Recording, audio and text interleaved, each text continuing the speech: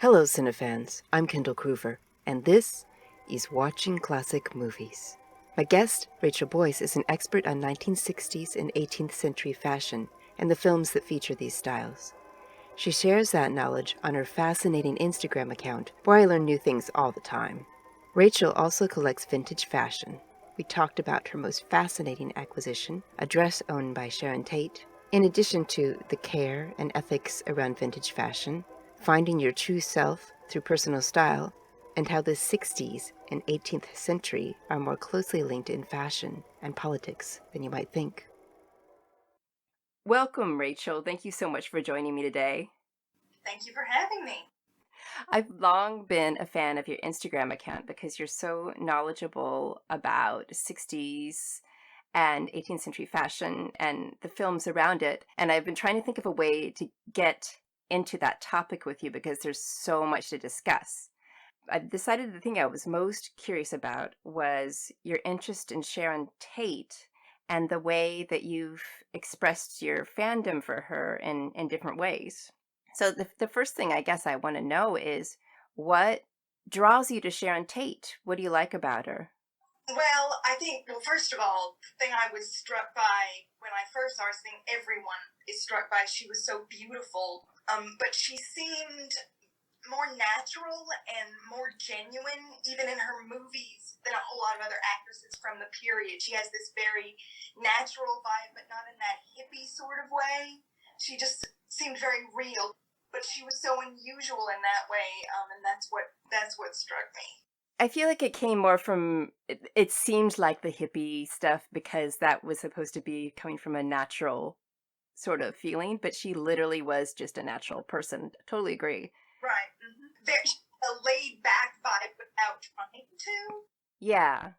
She just stood out among other actresses in films like Valley of the Dolls, for example. She was just as glamorous as the rest of them were, but carried it in a very different way. Yeah, and I think that gave her a certain depth too. Well, she was intelligent, for Mm-hmm. one. Very bright. Yeah, just the interviews. It's remarkable the emotional intelligence she has in addition to everything else. On her years.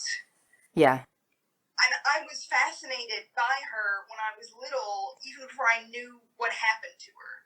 And I think that that's interesting because now when you mention Sharon Tate, that's all anyone ever goes back to is the way that she died, which is so horrible.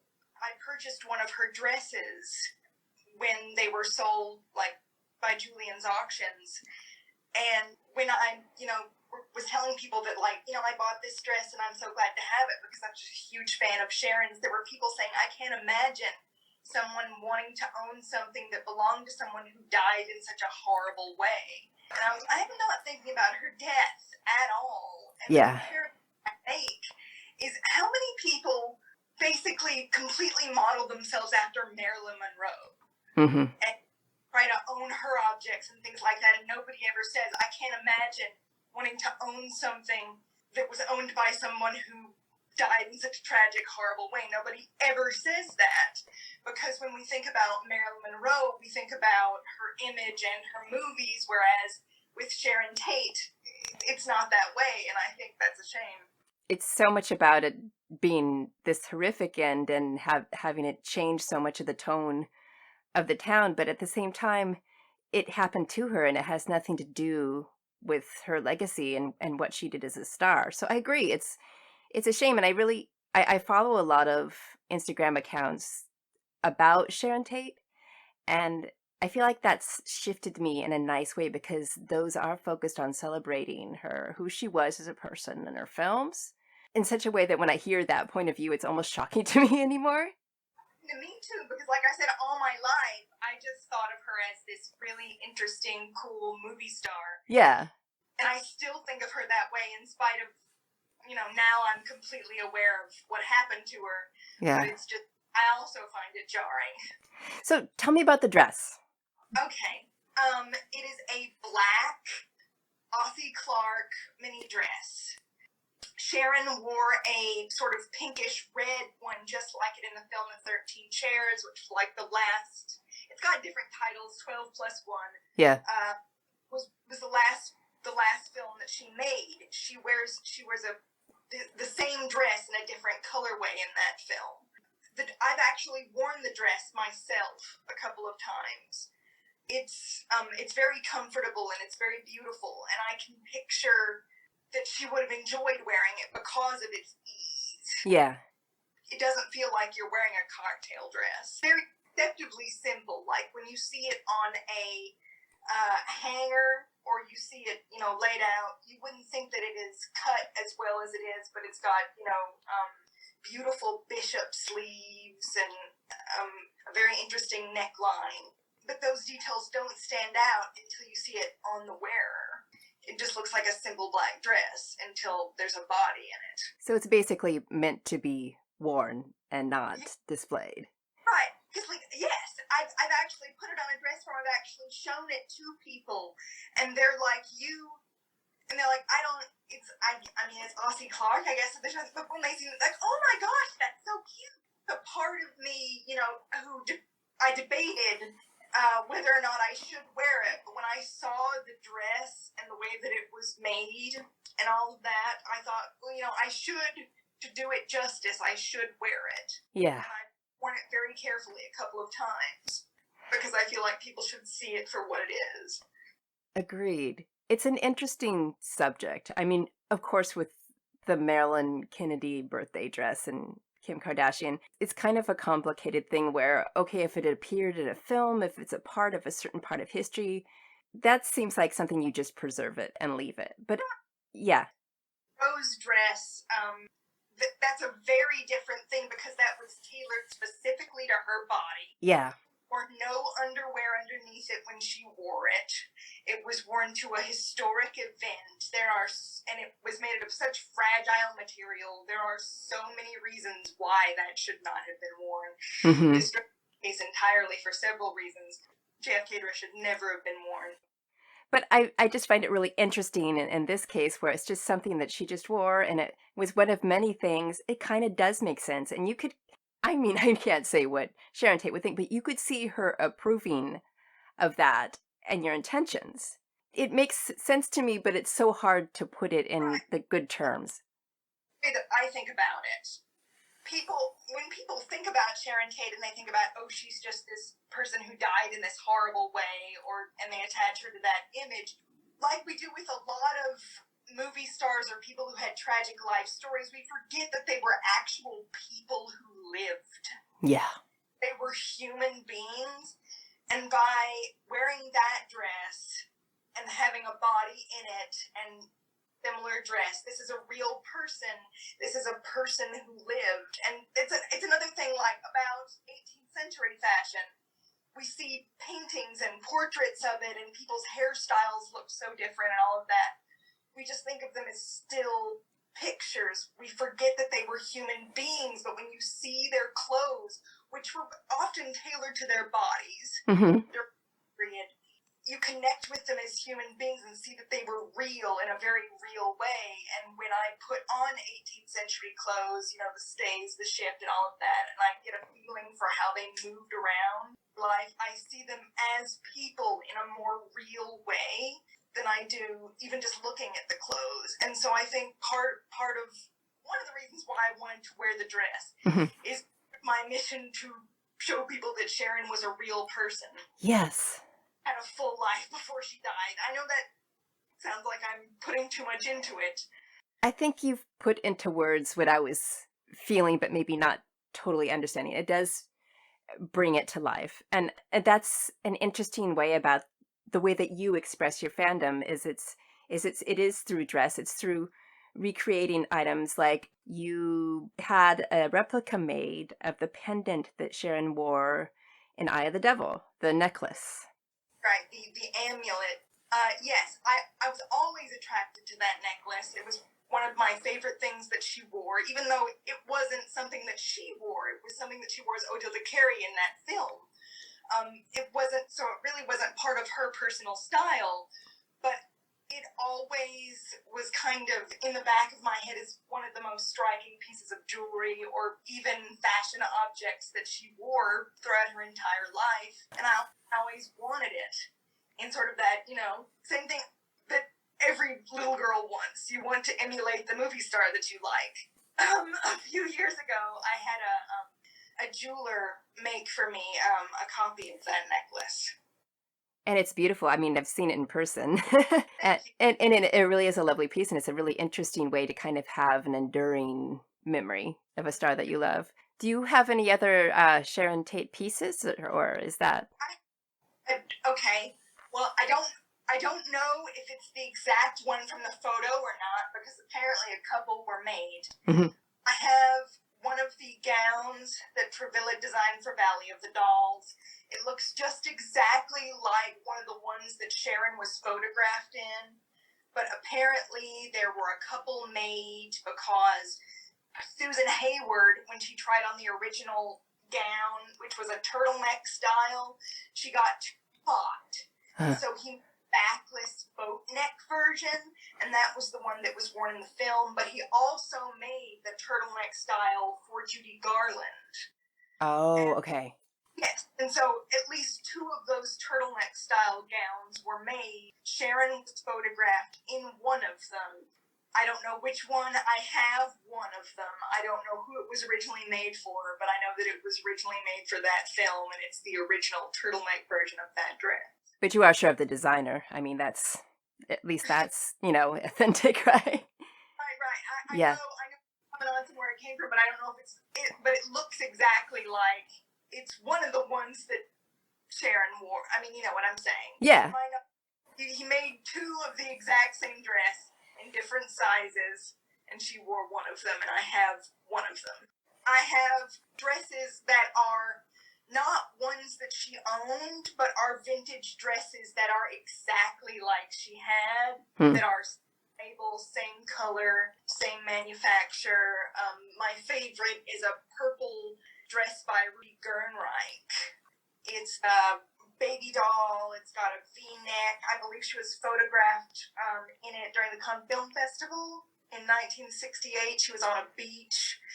She owned the dress in several different colors, but the purple one in particular, there's several photographs of that in that setting.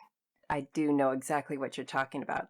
It really brings to mind how timeless her style was. It was very much of the 60s as far as it being the minis. Right. And the flowing caftans. But style, too, was that it seemed so modern but 60s at the same time. Yeah. Right, and timelessly modern. Like, modern in whatever era you're viewing it in. Yeah, I can't think of when it wouldn't work at all. Like maybe not of the moment, but yeah, no, it always would have worked a little bit. So do you have anything else in your collection kind of film related that you excited about that you really love? That I really love. Well, I think we have mentioned everything. Yeah. And they're all great. My concern, though, is, for example, with the dress that was made for the wardrobe for Valley of the Dolls, the previous owner did not take good care of it. It is in poor condition, yellowed.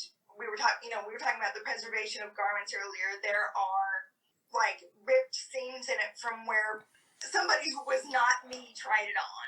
I tried it on one time because it was already in poor condition. I'm like, what worse can we do to it? But I did no more damage to it because I am actually smaller than the dress. Yeah. So I didn't put any stress on the garment at all. But there are like holes in the armpits, holes in the seam because the silk thread was allowed to deteriorate. It's very sad. I want to have it restored someday just because I feel like it deserves that. Yeah. But that's one of the concerns when you take clothes with a provenance into your care. It's not just thinking about whether or not you should wear them, but what kind of conditions you should store them in, and most people aren't thinking about that. So do you feel like you've learned a lot about how to preserve them, or are you still kind of in the process of learning about it? I have learned some things. There's still a whole lot to learn, but one thing that people don't often think about is that you can't hang garments continuously for a long period of time. Oh. You do not leave them in your closet just hanging. If you're going to actively wear them, rotate them. Like, here's my spring wardrobe, take it down, fold it, put it in my summer wardrobe, put it in my summer wardrobe. You should, if you're trying to preserve a garment, it should be laid down very carefully. If you can avoid folding it, do. Those long garment boxes, if you're going to store something for a long time, archival garment boxes with acid-free paper stuffing the sleeves. But if you're not going to store it for a long period of time, it's just sort of like a moderate period of time in between seasons when you wear, make sure it's like very carefully laid or folded in a drawer. It's very, very hard on garments to hang for long periods of time. That is really interesting. We think about hanging up our clothes as doing what we should do with them. But if you've ever seen like a very old silk garment, especially because silk is fragile, things will start to shatter at the shoulder where hangers were. It's collapsing under its own weight. Yes, of course. It seems so obvious when you say it, but I really, and I knew that things were saved in tissue and in boxes, but I didn't think about the fact that you were relieving pressure on the shoulders by having it laid flat like that. That's really interesting. Stuffing, when you stuff the sleeves, it's giving the garment support. Because if you're storing something for a long time made out of fragile fabric, you want something supporting it. You don't want it, if that makes sense. No, that totally makes sense. So when it comes to movies, what movies inspire you from kind of a fashion perspective? What has been kind of influential to you as this developing expert in this subject? There are so many. Of course, Valley of the Dolls, one of my favorite 60s fashion films. The Graduate. Even as a child, I wanted to be Mrs. Robinson, and I know that there's a whole lot wrong with that, and there's a lot to unpack there. But that coat, that animal print coat that she wears, and and her animal print underwear, and that cocktail dress with her sheer sleeves. Anyway. Flawless. It's all flawless.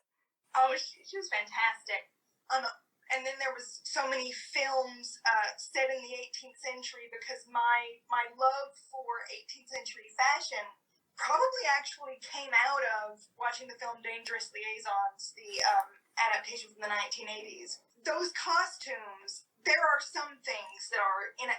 The only costume that, people remember that stands out to me as slightly inaccurate is that yellow jacket with a black petticoat that she wears when she gets out of the carriage. That's a little bit 19th century. It's not quite, it's beautiful. But so many of the other costumes look like they escaped from a museum. Really? They do. Even the undergarments, the stays, and everything like that. And they were worn in different films. And you'll see this a lot with 18th century costumes, because 18th century garments are so expensive to reproduce. Like, silk is expensive, and there's so much detail involved there. Like, one of the gowns in Dangerous Liaisons is in Hocus Pocus. What? Yes! The dress that Michelle Pfeiffer wears, it's like this raw silk dress with like a false button front.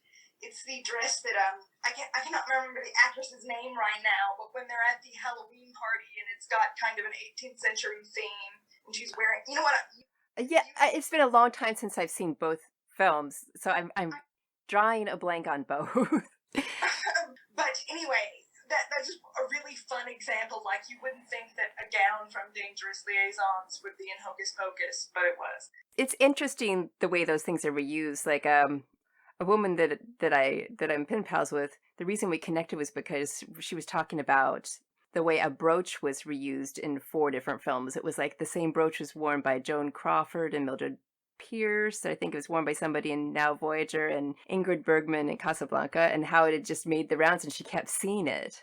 How many years spanned between the first time the brooch was worn and the last time the brooch was worn? I believe they were all 40s films. And I think it was within 10 years, so it wasn't stretching across the whole decade. So it was just recirculated. And I've known that things are reused, but for it to be used that much.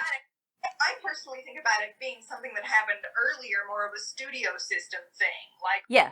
wardrobe closet reuse it, whereas this is a gown from a film from the 1980s being reused in a film from the 1990s. It's totally a different landscape now. I agree. Like people would not think to be reusing things like that. So it is really interesting, especially because some time has passed. Know about reproducing 18th century fashion, it's completely understandable because those gowns can be expensive. Yeah. So I understand like why you wouldn't want to invest in a new one just for that scene, but you still want it to look good, so you would borrow something from something else. Yeah. I love that how you kind of connected 60s spirit and fashion with 18th century fashion through the movie Tom Jones. Mm-hmm. Oh yes, it's like if I had to explain like my inner self to someone, it would be kind of be the aesthetic of that movie because it's got a psychedelic feel, but it's set in the 18th century, and the costumes are more accurate than most films from the 1960s that are set in the 18th century. Most period films from the 60s are horrible in terms of historical accuracy, but Tom Jones is actually one of the better ones, which is surprising. Because you wouldn't think. Yes, how it has like those in between scenes, there would be like these psychedelic cuts. Yeah. The scene that you would go to is just like a scene from the 18th century of people talking in someone's house. Like, it's very interesting to me. The spirit of it is so 60s. I connect it with British 60s era films and don't. And there was a whole lot of 18th century inspiration in 60s fashion, and we don't think of it so much. But in the second half of the 1960s, there was this romantic trend that took inspiration from all kinds of previous eras, the Edwardian era, the Victorian era. After Romeo and Juliet came out in 1968, the Renaissance was thrown in there into a mishmash. But a whole lot of inspiration came from the 18th century during that same trend. And there was like this popularity of bold floral prints and the popularity of prints that were kind of inspired by India. What's very interesting is that Indian floral prints were also very popular during the 18th century. These sort of like Indian print cottons. And so a lot of these like quote-unquote Indian fabric prints or bold floral prints that you see from the 1960s are actually either direct copies or have direct inspiration from those cottons that were made for import in India during the 18th century. That is so interesting. Yeah, like big hair. Like I've seen so many pictures of big structured hairstyles. Big structured romantic hairstyles from the second half of the 1960s that are taking direct inspiration. Hairstyles from the mid 1770s. I even own a dress that has like 3/4 length sleeves that are cut in a very 18th century style, and it has a scoop neckline with a big bow, which is very evocative of like a 1770s breast knot. So yeah, in like these sort of bell sleeves that have lace around them are sort of very evocative of the lace pieces that women attach to their sleeves. And the men too, the lace around the neck. Right. And in men's fashion, all of those velvet jackets and yes, uppers and stuff like that were evocative of things that men wore during the 16 and 1700s. That makes so much sense. Mm-hmm. So people tell me all the time it seems so strange that you're inspired by two totally different eras, but really I'm not. And when you think they're very similar in some ways, and when you think about what was going on in the culture at that time, yeah. Revolution, and so many things were changing, and about making the common man, more equal with people who were previously thought to be his betters. Think about what happened in the 60s and attitudes that we had there. So just saying. It's such a clear connection in that I'm surprised I haven't heard more about it. And I will say that when you started posting more 18th century kinds of things, I really didn't get it. It took me a while to understand, but the more you talked about it, the more it seems like how solid the connection is. Post a whole lot of things about my love for the 1700s on social media for a long time, because I found that I always posted more about the 60s because I thought more people would be interested in that, even though I always had a fascination with the 18th century as well. But turns out, no, they people understand that they work together. I didn't think they. That's so cool. I mean, I love what you're doing with that account to educate. I've learned so much about just different things, such as like panty boots, like doo, just all these different elements. It really brings history alive. And I also love how you, in your dress, are bringing it alive by pointing out different, aspects of what you're wearing. But another thing I really love is how you will do these bombshell photo shoots, and they're not okay. A lot of times when people will do kind of that sort of bombshell sexy thing these days, it seems like they're looking for approval, kind of like love me. And I feel like the way that you do a shoot like that is much more here I am world. It's there's so much more confidence to it. And I don't know how you get that vibe, but I just really appreciate it. Thank you. I think the one that got the most attention is for Halloween a couple of years ago, I dressed up as Barbarella. I remember this, yes. I did a photo shoot in both the costume and then one in the nude with nothing but a gun. Yes. And so when people talk about like sexy pictures that I take, that's one that they always think about. And I worked really hard on reproducing the costumes and props from Barbarella, and it took me a long time to find. I need to find some faux fur that's this exact color and this exact texture. After I did that, people were asking me if it was Photoshop. What?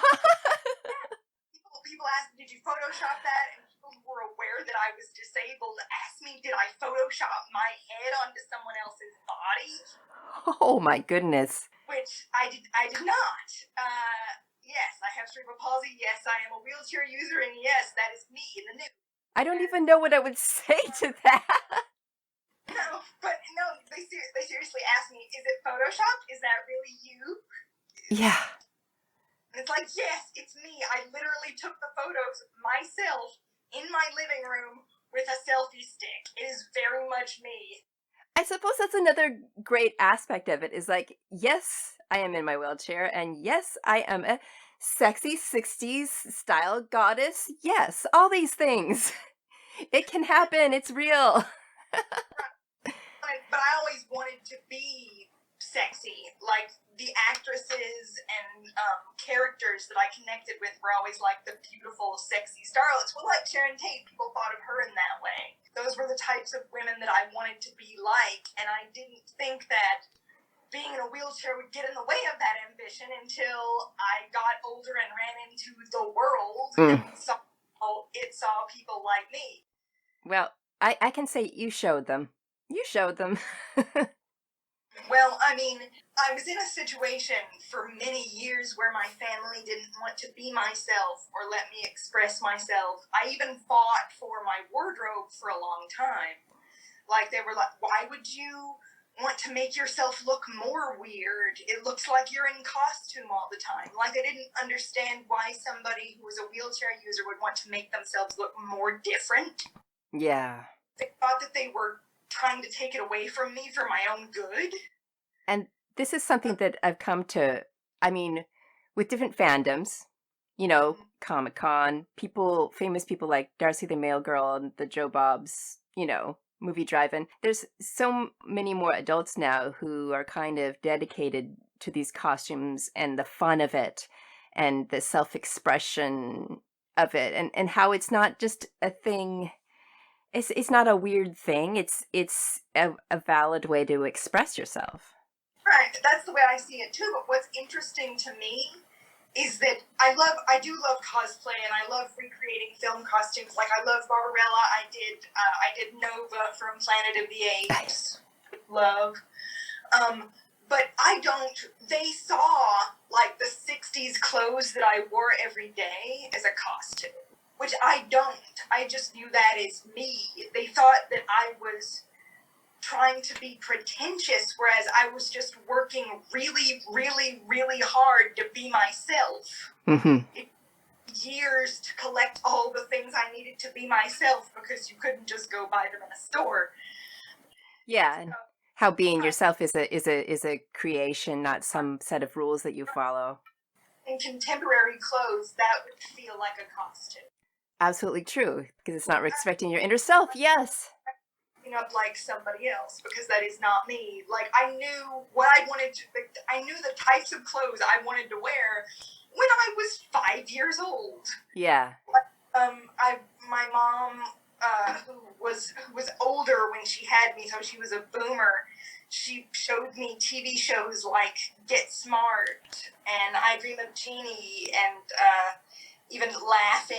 And I didn't know whether those TV shows were old or new. I just knew wherever this place was, I wanted to live there. And then later, not very long later, just like a couple of years before she died when I was 12, I started to get horrible insomnia, and I would stay up late at night and watch television, and that's how I fell in love with movies, because what was on later is just older films, and I would see movies from the 60s, and I would be like, oh good, there's that place again. Like, I was still too young to connect it with this was a time, but I just knew that I wanted to exist in that space and be part of it.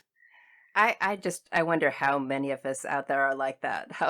How we just, found our place being awake at night watching television, Awake, I was a little kid. I had to turn the volume all the way down because if she found out that I was awake, I would have been punished. I mean, that's half the fun of it. Well, Rachel, it's been so great to talk to you. I'm so inspired by the way you express yourself and the way you share all these different histories. I've learned so much from you. Well, Rachel, thank you so much for joining me today, and I'm really looking forward to seeing what else you have to offer on your fabulous Instagram account. Thank you so much. It was wonderful to be here. I love talking to you. For more information, including how to follow Rachel on Instagram, go to watchingclassicmovies.com. I invite you to follow, rate, and review the show on Apple Podcasts or wherever you listen. It helps a lot. Thank you for listening. This is Kendall Groover, Watching Classic Movies. Until next time.